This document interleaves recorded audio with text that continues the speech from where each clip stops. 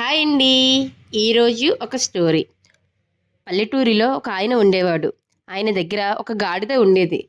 గాడిద ఒకరోజు చూసుకోకుండా ఇంటి బయట ఉన్న బావిలో కాలు జారి పడిపోయింది.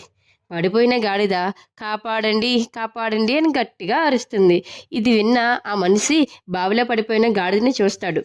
అటు ఇటు వెతుకుతాడు. ఆ గాడిదని కాపాడడానికి ట్రై చేస్తాడు. ఏమీ దొరకదు.